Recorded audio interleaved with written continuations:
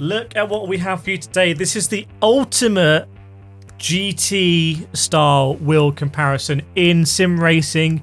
You said you wanted to see this, so here we go. By the end of this video, you are going to know what is the gems in sort of the various price ranges, what are the ultimate best quality pieces, which wheel should you get. This is all about GT stuff. So Sam, what do we have? Starting off, I mean, piece de resistance is the AER Racing AER Pro McLaren wheel. That is amazing. Everything about it. So it's out the 5 wheels here. Solid billet aluminium, machined. You know there's no flex in that. It's got all the bells and whistles. The only thing it's missing is the screen. Yeah. I would say if money's no object, you can stop the video now and you can just go and get the AER Pro because it's so... I mean, we put a Fanatec quick release on the back. It is just so reassuring. Everything is designed as if you're a real racing driver in thumb's reach, and then these very easy to use encoders and rotaries, funky switches. We've got very sort of sensitive clutch paddles. We've got double shifters as well.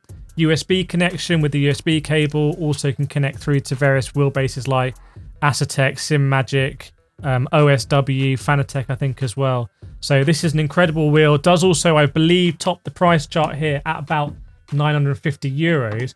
But surprisingly, there are some similarities, Sam, and I would say the rubber grips are not 950 or €700 more than the McLaren, which comes in at about €200. Yeah, I mean, the rubber grips you can see is obviously on the Fanatec and on the Mozas as well. So they all have a rubber grip option. Yeah. As we can see from previous videos you used. I wanted to stop us here, actually. Have a feel of that and squeeze it. They cushioned. And then have a feel of that and squeeze it. Yeah, so these Moza ones are rock solid. They're actually rock solid. So if you're squeezing these ones, they're going to have a little bit of comfort, basically. Is this what my life's become? Squeezing grips. Yeah, exactly. What about the McLaren? Have a good squeeze on the McLaren. Does it come in the microphone? No, it doesn't. So the McLaren ones are sort of in between. Let me have a squeeze. They're sort of in between the two. There is some flex, but...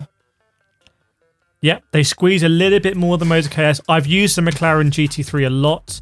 I've used the Moza KS wheel a lot. I do think the McLaren is slightly comfier, and I was thinking maybe I haven't bedded in the Moza KS yet, but now I can see why. This feels a little bit like you're getting through to the hard surface quicker. Yeah. Whereas this has a little bit of comfort as you squeeze it and if you're really holding it tight. Whereas this actually now feels sophisticated. It almost feels a bit warmer as well. I don't know why that is, but... No, they definitely are the softest grips.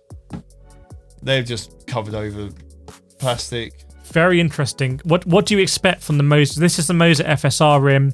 It's about £600. Top of the range Moza wheel with the screen. What do you expect from these grips? I would expect more from them.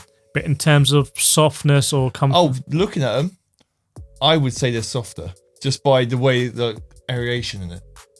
But wrong. There's no softness in it. There's no softness. That literally feels like they've just put it over the top of plastic. So I feel like, for me, even though we put this in GT World comparison for you, if I'm doing a GT stint, I may be doing 2-hour stints. And I think I've said this to you when we've been racing on iRacing. I'm more likely to use the KS rim from Moza because it feels a little bit more comfortable. If I'm doing a sprint race, 40 minutes, I'm using this for Moza.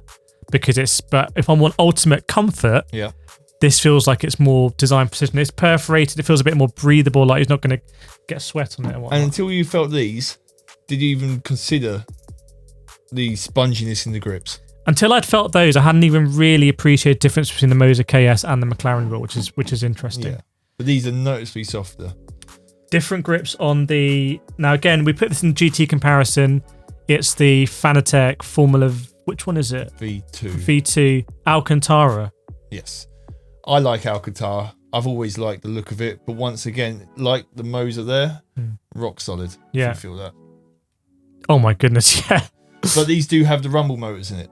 That said, if you're going to be doing that, you're going to be wearing gloves. Yes. So you'll have some cushioning. And it has some motors. It has the rumble motors in it. So if I imagine if they had the rubber grips with the rumble motors in it, Yeah. then you'll probably lose the effect of it. Yeah. So that might be why these don't have the cushion grips. There are a lot of unique features in these wheels, actually. Rumble motors, I think, unique to your one. The screen, obviously, on the FSR. So in the Moza Pithouse software, you get the screen up, so you don't need a separate dashboard, which can be pretty cool. It's also got a sort of...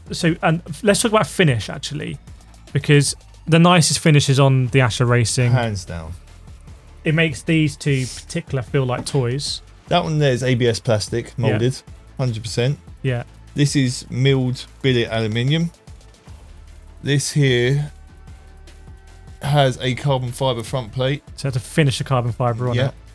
And then this Fanatec is CNC cut. Yeah. You probably won't be able to tell on camera the big differences here, but there's something about the finish again, or just the core materials on the Asher Racing wheel that are insane. But let's put some stuff head to head. Okay, let's bring it all into the equation, price and everything. I remember when I bought this wheel many years ago, and it's a big investment for me, 200 euros on a wheel. 200 euros versus 950 euros. So you can get 4 of these and change for that one. It depends what you want from your sim race. It depends how deep in the rabbit hole you are. It is. I mean, it depends, like you said, deep in the rabbit hole. What do you want from it? I mean, this is a replica. I mean, that is a replica as well of a proper racing wheel. So they both are McLaren wheels. I would say this is a replica in a way that a sort of toy car is a scale replica.